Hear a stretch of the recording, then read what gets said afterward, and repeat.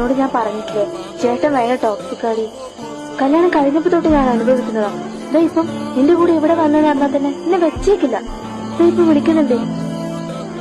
ഞാനിപ്പോ എന്താ പറയാ? അങ്ങനെ പറയാല്ലേ. ഹലോ, ഞാൻ അമ്പലത്തിലാ. അതെ, ഞാൻ അമ്പലത്തിലാ. ഞാൻ അമ്മയോട് പറഞ്ഞിട്ടാണല്ലോ അറിഞ്ഞത്. ചേട്ടാ സത്യമായിട്ട് ഞാനിപ്പോ അമ്പലത്തിൽ തന്നെ ഉള്ളത്.